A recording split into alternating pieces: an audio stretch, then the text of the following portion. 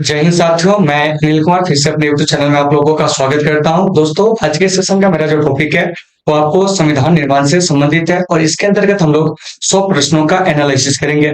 तो देखिए, इस में बहुत सारे क्वेश्चन इंक्लूड किए गए हैं जो आपको कम्पिटेटिव एग्जाम में भी क्या होते हैं कि आपको पूछे जाते हैं। हालांकि यह जो टेस्ट का क्वेश्चन है जो कि हमारे ऑफलाइन बैच में टेस्ट हुई थी आपको 15/7/2023 को, और इसका जो टेस्ट कोड है वो है आपको AACPS 0311, जो कि आपको हमारे टेलीग्राम चैनल में ये आपको टेस्ट कोड का जो पीडीएफ है वो आपको मिल जाएंगे। आप वहां से पीडीएफ लेकर इसका अच्छे से जो है सारा चीज देख सकते हो, ठीक है ना। तो चलिए आज के इस सेशन को शुरू करते हैं, और सेशन को शुरू करने से पहले यहाँ पर हम लोग क्या करेंगे कि डायरेक्ट इसका जो हम लोग आपको क्वेश्चन और उसका जो आंसर है वो हम जानते चलेंगे, ठीक है ना। मतलब कि आपको 1 आवर की लगभग आपको क्लास होगी और उसमें हम लगभग 100 क्वेश्चन का एनालिसिस करेंगे। तो चलिए साथियों, इसे शुरू करते हैं। तो देखिए, आज के सेशन का जो मेरा पहला प्रश्न है, ठीक है ना, वो पहले है क्या, इसे हम लोग देख लेते हैं। देखिए क्या कह रहा है, सुनिए।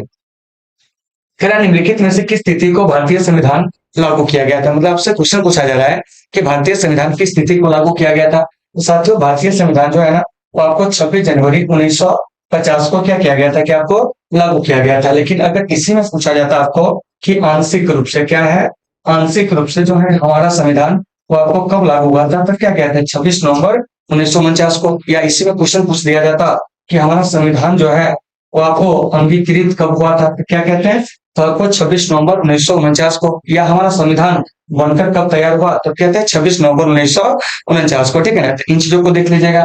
तो 26 नवंबर को हमारे देश में जो होता है वो आपको संविधान दिवस जो होते हैं वो आपको मनाया जाता है। याद रखिएगा कि 26 नवंबर को क्या मनाया जाता है, तो क्या कहेंगे, तो आपको संविधान दिवस, ठीक है ना। ये चीज आपको याद होनी चाहिए, ठीक है ना। दूसरी बात, 26 जनवरी को हमारे यहाँ जो होते हैं वो आपको गणतंत्र दिवस मनाया जाता है। क्या मनाया जाता है, गणतंत्र दिवस। तो देखिए, तो इसका जो सही आंसर हो जाएगा 1 नंबर प्रश्न का, वो आपको ए हो जाएगा। तो इसे आपको बढ़िया से देख लेना है। चलिए अब चलते हैं अगले प्रश्न की ओर। अगला प्रश्न क्या कह रहा है साथियों कि किस वर्ष भारत का प्रभुत्व संपन्न प्रजातांत्रिक गणराज्य जो है वो आपको बना। मतलब कि भारत जो है किस वर्ष जो है आपको एक प्रजातांत्रिक गणतंत्र बना, वो भी आपको प्रभुत्व संपन्न, ठीक है ना। इसका सही आंसर हो जाएगा, आपको कब जानते हैं, 1950 में। क्या हो जाएगा, 1950 में, क्योंकि भारत का संविधान जो होता है 26 जनवरी 1950 को क्या होता है कि आपको लागू होता है, और उसी समय जो होते हैं हम क्या होता है कि आपको एक संपूर्ण प्रभुत्व संपन्न देश जो है वो आपको बनते हैं। और इसकी चर्चा जो हमारे संविधान के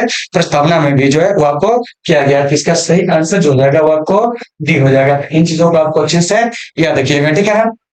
फिर यहाँ पे 1947 दिया है। 1947 में हमारा भारत जो होता है वो आपको स्वतंत्र होता है। इस चीज को आपको अच्छे से याद रखना है। उसके बाद 1935 में जो कि आपको गवर्नमेंट ऑफ इंडिया एक्ट आती है, और इस एक्ट के तहत क्या है कि भारत में एक संघीय न्यायालय की स्थापना की बात कही जाती है। उसके बाद 1951 में, तो 1951 में हमारे देश के संविधान में पहला संशोधन होता है, और इसके द्वारा संविधान में 9वीं अनुसूची जोड़ी जाती है। तो इन चीजों को आपको याद रखना है। तो 2 नंबर प्रश्न का सही आंसर हो जाएगा वो आपको डी हो जाएगा। चलिए अब चलते हैं अगले प्रश्न पर। देखिए क्या कह रहा है, संविधान की उद्देशिका का संशोधन कितनी बार किया गया है। मतलब कि भारतीय संविधान की प्रस्तावना में अब तक कितनी बार जो है संशोधन किया गया, यह पूछा जा रहा है। तो साथियों, भारतीय संविधान की प्रस्तावना में जो है अब तक आपको 1 बार संशोधन हुआ, और कब संशोधन हुआ है यह भी जान लीजिए। तो वह आपको 1976 में, ठीक है ना। और कौन सा संशोधन हुआ था, तो साथियों याद रखेंगे 42वां संशोधन। कौन सा संशोधन हुआ था, तो आपको 42वां संशोधन। और इसी संशोधन के द्वारा संविधान की प्रस्तावना में जो है वो आपको समाजवादी, क्या है, समाजवादी, ठीक है ना।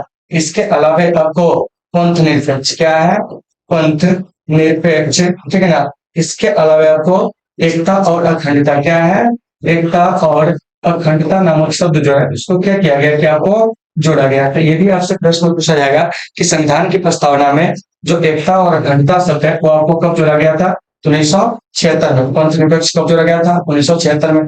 समाजवादी शब्द कब जोड़ा गया था, आपको 1976 में। और अब तक संविधान की प्रस्तावना में एक ही बार संशोधन हुआ है, तो इसे आप अच्छे से याद रखेंगे। चलिए अब चलते हैं अगले प्रश्न को। देखिए क्या कहना है, कहा कि भारत की संविधान की प्रस्तावना में प्रथम संशोधन कब किया गया था। तो देखिए, यानी कि भारत के संविधान की प्रस्तावना में कह रहा है कि यहाँ पर कोई ऑप्शन दिया ही नहीं गया था, इसीलिए यहाँ पर कर लीजिए 1976। क्या कर दीजिए, 1976। अब यहाँ से हो जाएगा कि संविधान की प्रस्तावना में एक ही बार संशोधन हुआ है, और वो भी कब जानते हैं, आपको 1976 में। तो इन चीजों को आपको बढ़िया से देख लेना है। तो ये जो 4 नंबर प्रश्न है, इसका सही आंसर जो हो जाएगा वो आपको सी हो जाएगा। नेक्स्ट देखिए क्या कह रहा है। कह रहा है कि मुसलमानों के लिए अतिरिक्त निर्वाचक मंडल प्रारंभ में किसके द्वारा लाया गया था? तो साथियों यह जो लाया गया था मार्ले मीटो सुधार अधिनियम 1909 के द्वारा। ऑप्शन नंबर सी इसका क्या हो जाएगा, आपको सही हो जाएगा। ठीक है ना, तो इस चीज को आपको देख लेना है। फिर है आपको मॉन्टेग्यू चेमस्फोर्ड सुधार अधिनियम 1919, तो इसके द्वारा जो था आपको सांप्रदायिक निर्वाचन पद्धति को क्या किया गया, विस्तारित किया गया। फिलिप्स मिशन जो कि आपको 1942 में आया था, इसे भी आप याद रखेंगे। भारत सरकार अधिनियम 1935, इसके द्वारा जो था संघीय न्यायालय की स्थापना का प्रावधान किया गया था। इसके अलावा आपको भारत में पहली बार अखिल भारतीय संघ बनाने का जो था वो आपको प्रयास किया गया था। तो इन सब चीज को याद रखिएगा। तो 5 का सही आंसर हो जाएगा वो आपको सी हो जाएगा। ठीक है ना, तो इसी मार्ले मिंटो सुधार अधिनियम को हम लोग इंडियन काउंसिल्स एक्ट भी बोलते हैं। क्या बोलते हैं? इंडियन, ठीक है ना, काउंसिल्स, क्या है? काउंसिल्स एक्ट भी बोलते हैं। तो ये जो इंडियन काउंसिल्स एक्ट है यह आपको 1909 यानी कि भारत परिषद अधिनियम 1909 इसको बोला जाता है, याद रखिएगा। और इसमें जो देख रहे हैं मार्ले, ये भारत के सचिव थे, मिंटो जो थे वो आपको भारत के वायसराय थे। तो इन दोनों ने मिलकर क्या किया था कि आपको एक रिफॉर्म तैयार किया था, उसी को कहा गया मार्ले मिंटो सुधार अधिनियम। तो इसका सही आंसर रहेगा सी हो जाएगा। और इसके अंतर्गत क्या हुआ था, मुसलमानों को पृथक निर्वाचन जो है वो आपको दिया गया था। चलिए अब चलते हैं अगले प्रश्न को। देखिए क्या कह रहा है। 1946 का कैबिनेट मिशन 3 मंत्रियों से गठित था, निम्नलिखित में से कौन इसका सदस्य नहीं था? तो देखिए पैथेक्लस इसके सदस्य थे, एवी अलेक्जेंडर भी इसके सदस्य थे, सर स्टेफर्ड क्रिप्स भी इसके सदस्य थे। तो कौन सदस्य नहीं थे? तो आंसर हो जाएगा आपको लॉर्ड एमरी। क्या हो जाएगा? Lord emery. ठीक है ना, तो फिर ऐसे एक बात आती है कि कैबिनेट मिशन भारत आया था कब? तो साथियों कैबिनेट मिशन योजना जो भारत आती है 24 मार्च 1946 को। ठीक है ना, इन चीजों को आपको अच्छे से याद रखना है। दूसरी बात क्या याद रखनी है, जानते हैं कि कैबिनेट मिशन में टोटल जो सदस्य होते हैं वो आपको 3 होते हैं। और ये जो कैबिनेट मिशन योजना है इसके भारत आने के पीछे 2 उद्देश्य मुख्य होते हैं। एक तो सबसे पहला कि आपको संविधान का निर्माण करना। किसका निर्माण करना? संविधान का क्या कहेंगे, आपको निर्माण करना। ठीक है ना, दूसरा था आपको अंतरिम सरकार का गठन करना। तो इसी 2 उद्देश्य से जो होता है ना वो आपको कैबिनेट मिशन जो होता है मुख्य रूप से जो होता है वो आपको भारत आता है। और भारतीयों के साथ अंग्रेज सरकार की जो गतिरोध होती है उसको समाप्त करना भी इसका क्या होता है कि मुख्य उद्देश्य होता है। तो ये जो 6 नंबर प्रश्न है इसका सही आंसर जो हो जाएगा वो आपको डी हो जाएगा। चलिए अब चलते हैं अगले प्रश्न को। अगला प्रश्न क्या कर रहा है, इस पे बात करते हैं। देखिए कह रहा है कि भारत का संविधान लागू होने तक स्वतंत्रता के पश्चात इसका शासन किसके अंतर्गत चलाया गया? मतलब कहने का ये हुआ कि जब तक भारत का संविधान नहीं बना था, जब तक भारत का शासन प्रशासन किसके द्वारा चलाया जाता था? तो देखिए कारण भारतीय नेताओं के परामर्श से बनने कानून द्वारा, इंग्लैंड के संविधान के अनुसार, इसके बाद 1935 के भारत सरकार अधिनियम के अनुसार। इसका सही आंसर हो जाएगा सी, क्योंकि जब भारत आपको आजाद हुआ, ठीक है ना, तो उसी समय इस बात का प्रावधान किया गया था कि जब तक भारत का संविधान नहीं बन जाता है, जब तक भारत का शासन प्रशासन आपको पाकिस्तान का शासन प्रशासन जो होगा वो आपको 1935 के अधिनियम के तहत ही चलेंगे। तो इसका सही आंसर जो हो जाएगा वो आपको सी हो जाएगा। चलिए अब चलते हैं अगले प्रश्न को। देखिए क्या कह रहा है। भारतीयों को वर्ष 1947 में सार्वभौम सत्ता सौंपने की योजना निम्नलिखित में से किस नाम से जानी गई? तो वह था आपको माउंटबेटन योजना। क्या है?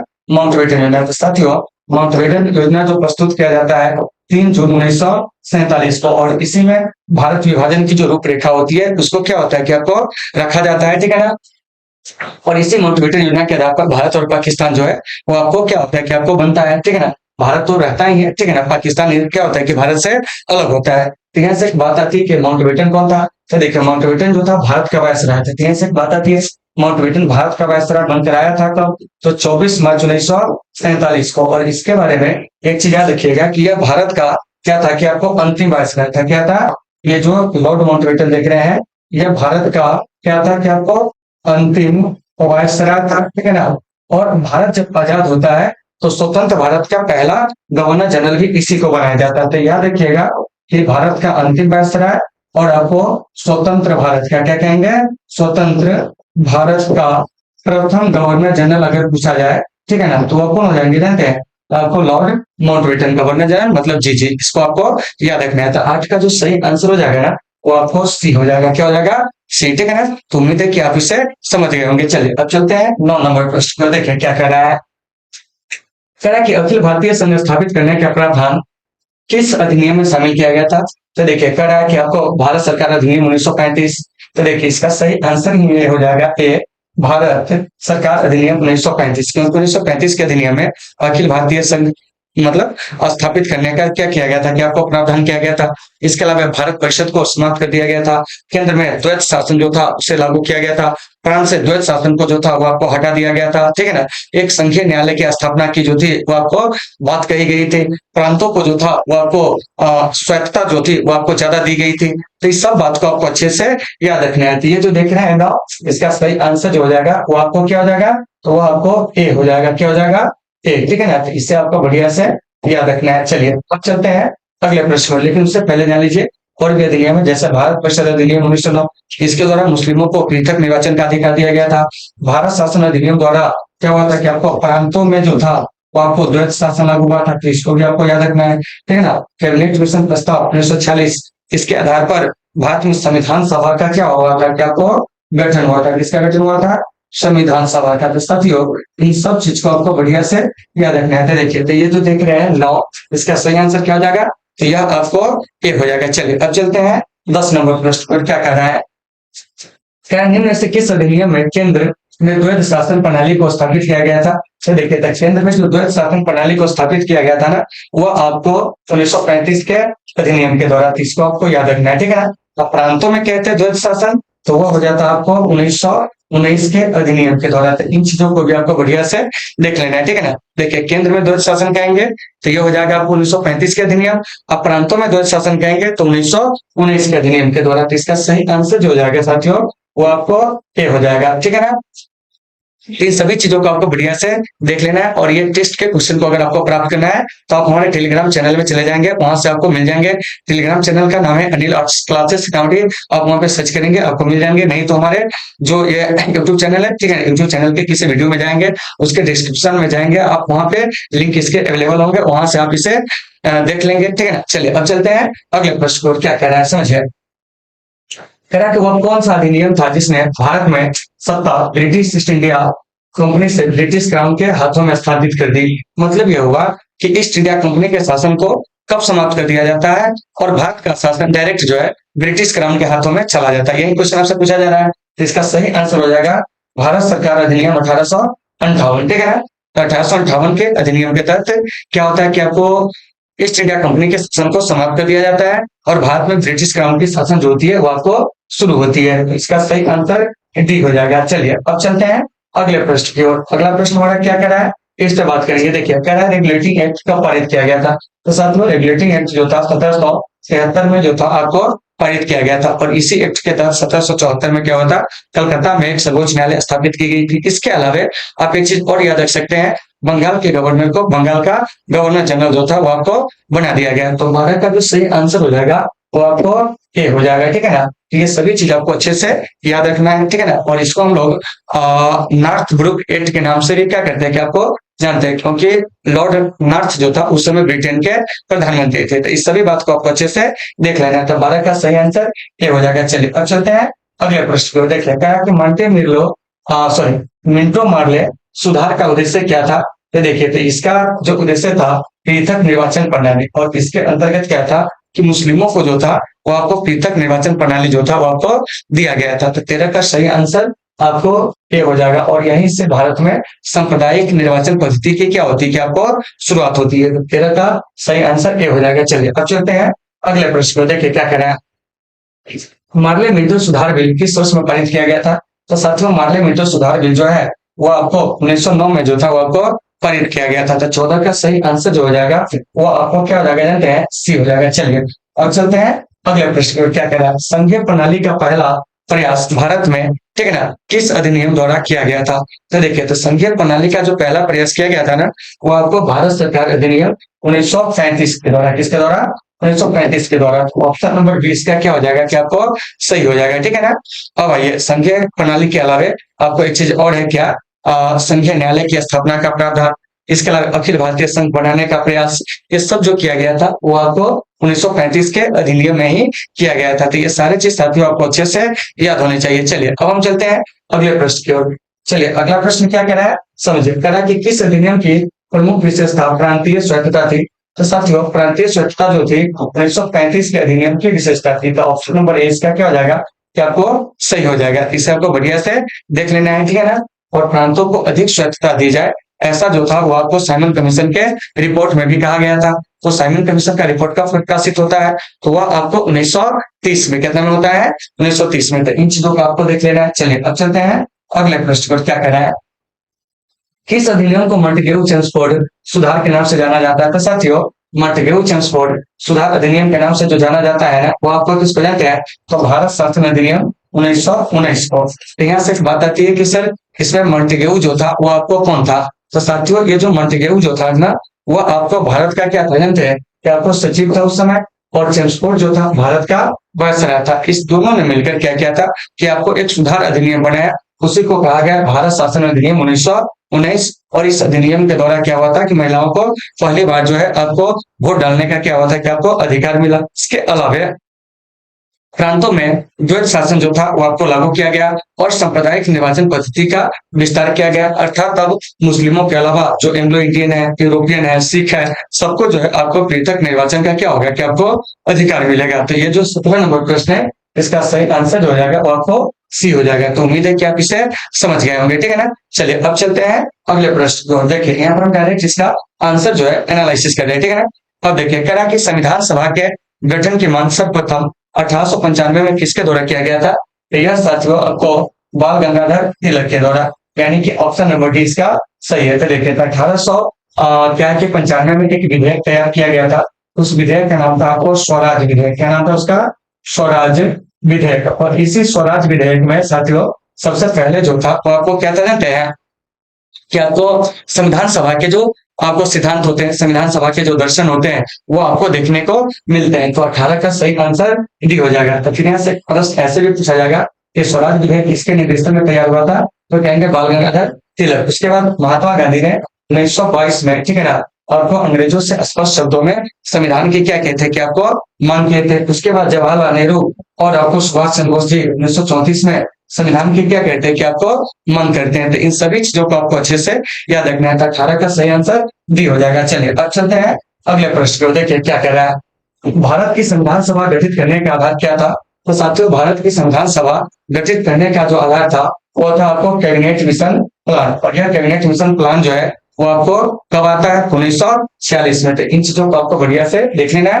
और कैबिनेट मिशन में जो टोटल सदस्य होते हैं आपको कितने होते हैं, तो 3 सदस्य होते हैं। कितने सदस्य होते हैं, 3 सदस्य। तो इन सभी चीजों को आपको बढ़िया से देख लेना है। और कैबिनेट मिशन योजना के जो अध्यक्ष होते हैं वो कौन होते हैं, तो साथियों कैबिनेट मिशन योजना के जो अध्यक्ष होते हैं वो आपको पैथिक लॉरेंस होते हैं, जो आपको भारत सचिव के पद पर क्या होते हैं कि आपको कार्यरत रहते हैं। तो इन सभी चीजों को आपको अच्छे से याद रखना है। तो 19 का सही आंसर हो जाएगा वो आपको क्या हो जाएगा, डी हो जाएगा। देखिए तो इसमें हम ज्यादा एनालिसिस नहीं कर रहे हैं। इसमें क्या है कि हम बस इतना ही एनालिसिस कर रहे हैं जितना आपके आंसर होगा, ठीक है ना। और विशेष एनालिसिस के लिए क्या है कि आपको क्वेश्चन बैंक में एनालिसिस किया गया, और भी क्लासेस चलती है वहां पे आप देख लेंगे इसको। चलिए अब चलते हैं अगले जगह पे। क्या कर रहा है, देखिए अगले प्रश्न कह रहा है कि भारत की संविधान सभा किसके अनुसार गठित की गई थी।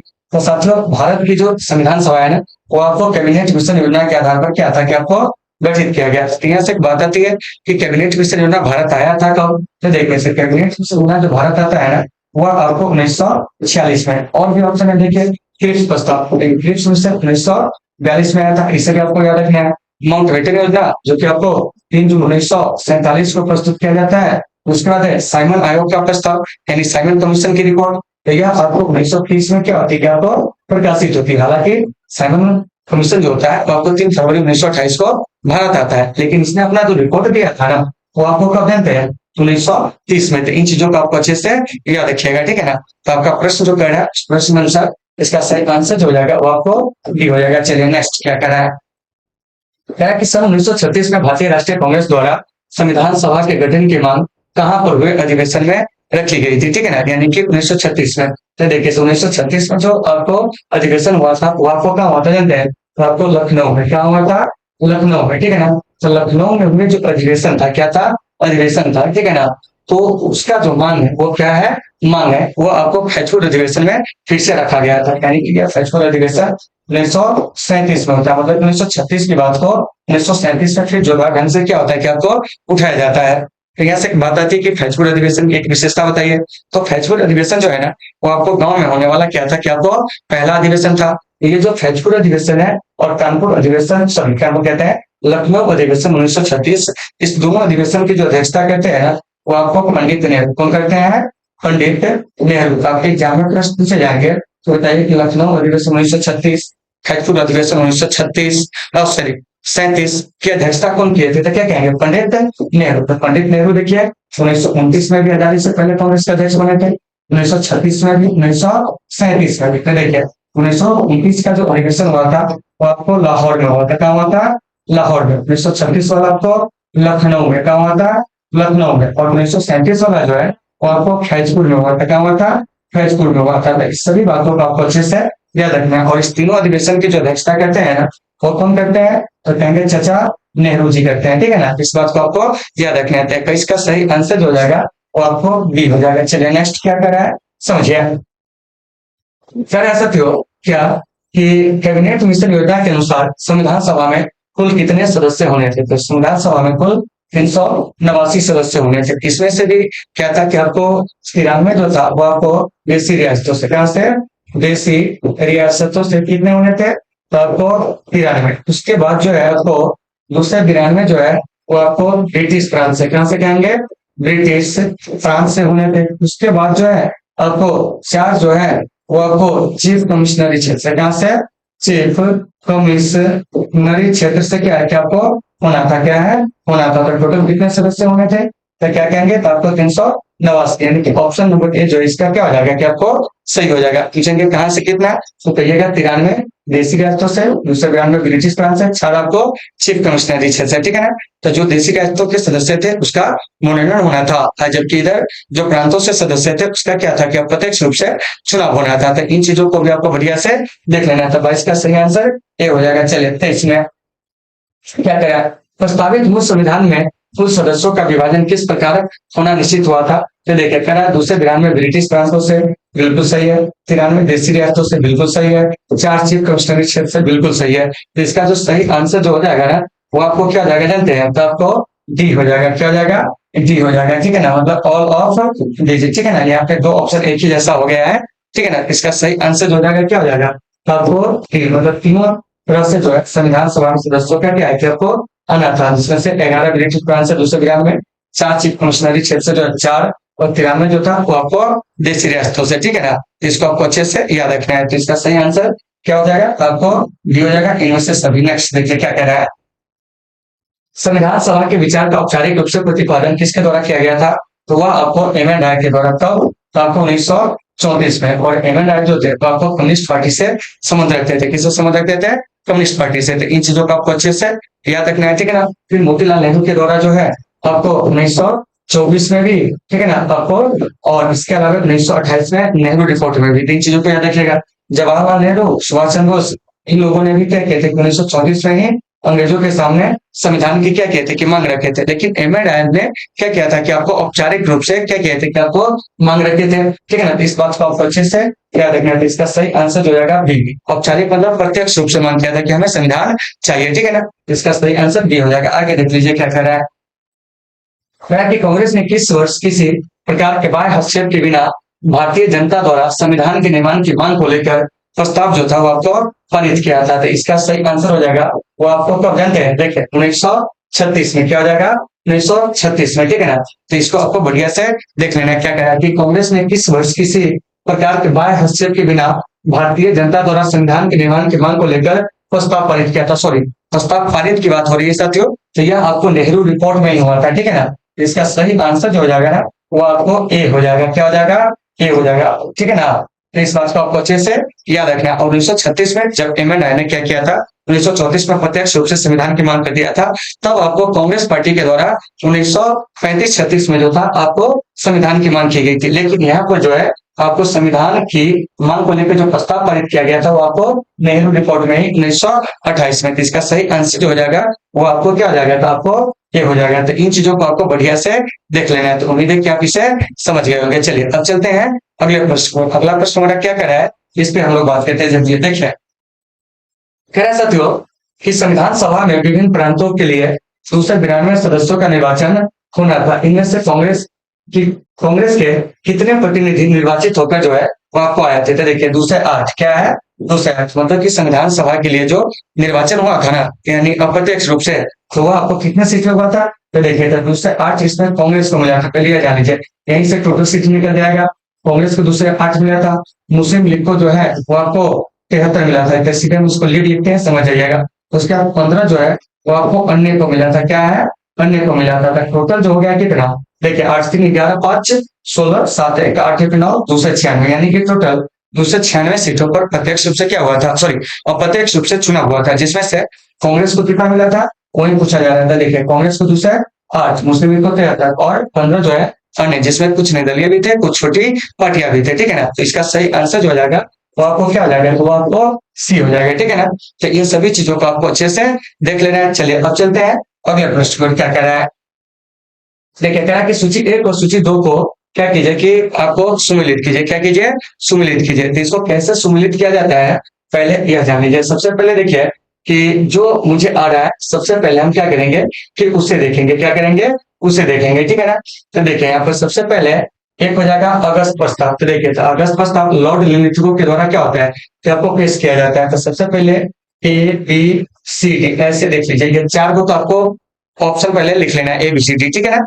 उसके बाद देखिए कि आपको हम क्या कहें अगस्त प्रस्ताव बी, तो बी क्या जो हो जाएगा लॉर्ड लिलिथगो, ए क्या हो जाएगा एक, तो बी के यहाँ पर आप एक कर लीजिए। उसके बाद जो है बचा आपको प्रत्यक्ष खानेबागी दिवस, तो यह आपको मोहम्मद अली जिन्ना, क्या है मोहम्मद अली जिन्ना। तो देखिए तो मोहम्मद अली जिन्ना हो जाएंगे, तो यानी कि कितना था आपको डी के हो जाएगा आपको 3, क्या हो जाएगा 3। तो देखिए तो इसका काम खत्म, इसका काम खत्म। अब देखिए अब है आपको अगस्त घोषणा, तो अगस्त घोषणा 1917 में हुआ था, तो लॉर्ड मॉन्टेग्यू, तो इसका मतलब एक का हो जाएगा कितना 2, अब बच गया अगस्त संकल्प, ये आपको भारत छोड़ो आंदोलन से संबंधित है, महात्मा गांधी से, तो सी के क्या हो जाएगा तो आपको चाहते देखिए। तो आप इसमें दिए गए ऑप्शन में आप विचार कीजिए कि कहां पर आपको क्या दिया गया है, जानते हैं 2143 दिया गया है। तो देखिए 2143 ऑप्शन नंबर ए में क्या है कि आपको दिया गया, इसीलिए इसका सही आंसर जो जाएगा क्या हो जाएगा तो आपको ए हो जाएगा। तो देखिए कितना आसान है, नहीं तो इसको आपको बढ़िया से पहले समझना है। तो देखिए इसके लिए आसान नहीं है, जिसको आ रहा है उसके लिए आसान है। तो इसके लिए आपको सबसे पहले बेहतर नॉलेज की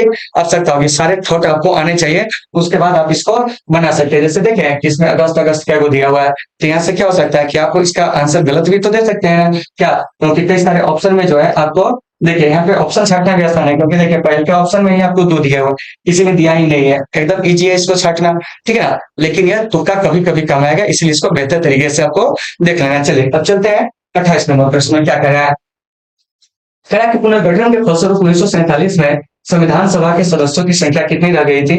तो संविधान सभा में सदस्यों की संख्या पुनर्गठन के बाद 299 रह गया था, मतलब भारत विभाजन के बाद, ठीक है ना। तो इसमें से देखिएगा कि आपको क्या है कि 229 जो था वो आपको प्रांतों से था, कहां से था प्रांतों से, और 70 बच गया आपको कहाँ के जानते हैं, तो आपको देशी रियासतों के, कहा हैं देशी रियासतों के। तो इन चीजों को भी आपको अच्छे से देख लेना है, ठीक है ना। तो कभी कभी क्वेश्चन पूछा जाएगा कि पुनर्गठन के बाद संविधान सभा में जो है प्रांतों से कितने सदस्य रह गए, तो 229 भारत की संविधान सभा की बात करें, और देशी रियासतों से कहेंगे तो आपको 70। इसका सही आंसर जो हो जाएगा वो आपको सी हो जाएगा। तो उम्मीद है कि आपको ये सारी चीज समझ में आ गए होंगे। चलिए अब चलते हैं अगले प्रश्न की ओर।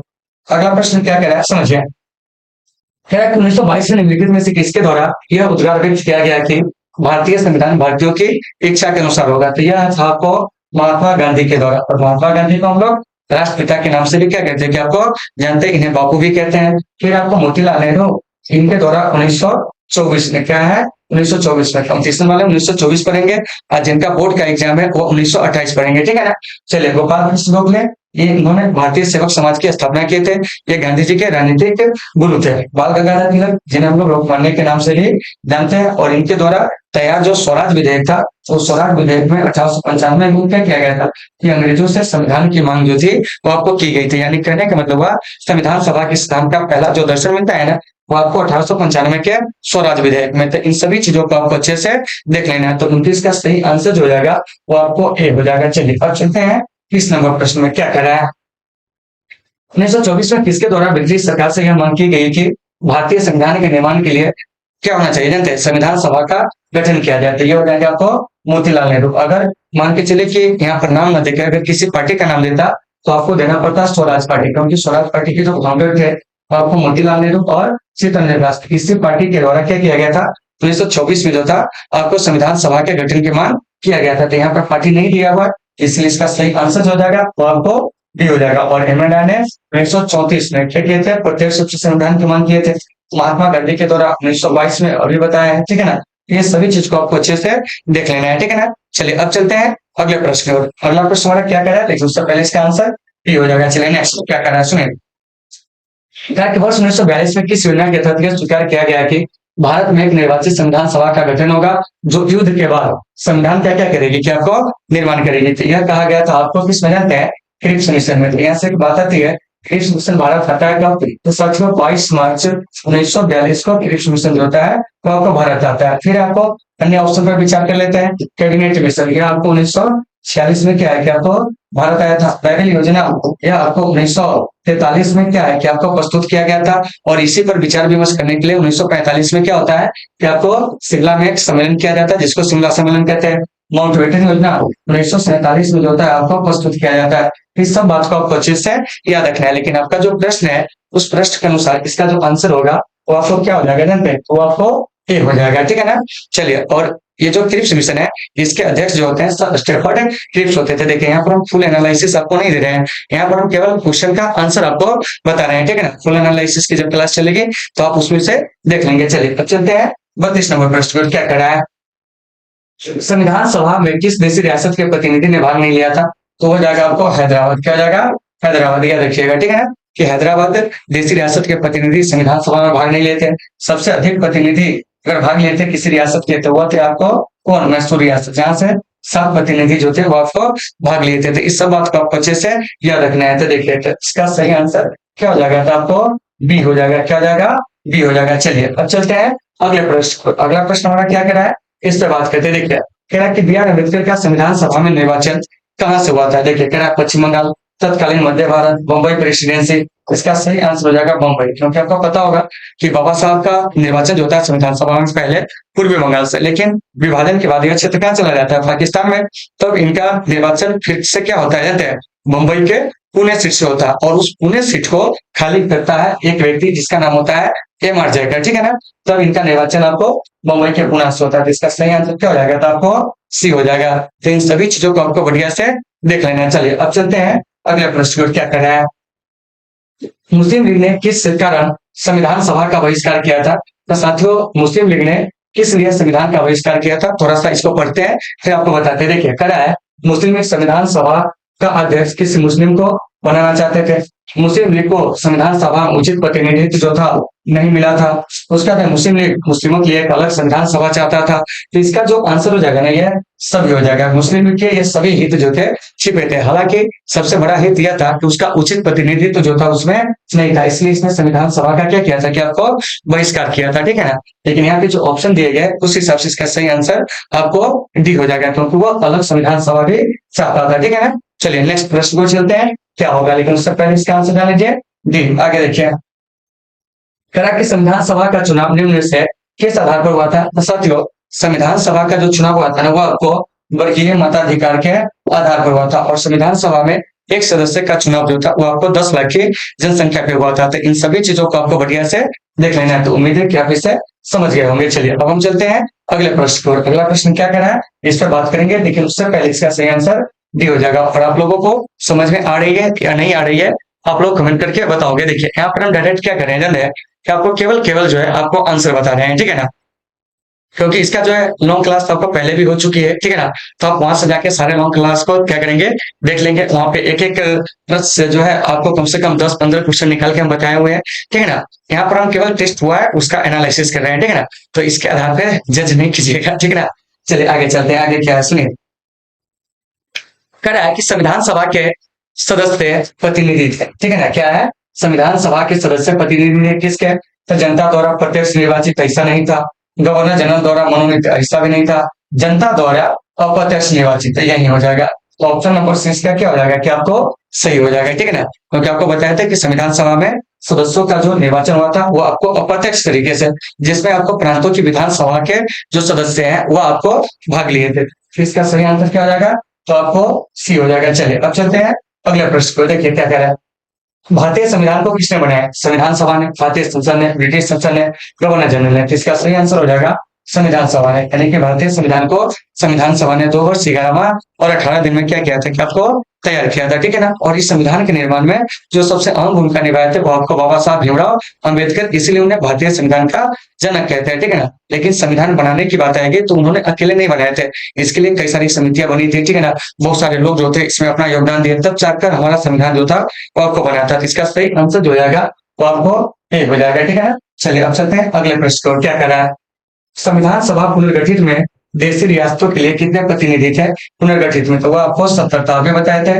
और प्रांतों के लिए कहेंगे तो वो आपको 229 था, ठीक है ना। तो ऑप्शन नंबर सी इसका सही है। पुनर्गठित की बात यह हो रही है कि भारतीय स्वतंत्रता अधिनियम जब आया तो उसके बाद क्या हुआ था, संविधान सभा पर प्रभाव पड़ा, तो 389 से सदस्यों की संख्या घटकर 299 हो गया, जिसमें से 70 आपको कहां से था? देशी रियासतों से, और 229 जो था वो आपको कहां से जानते हैं? तो आपको प्रांतों से। तो टोटल कितना हो जाएगा? 70 और 229, यानी टोटल जो हो जाएंगे आपको 299। कितना?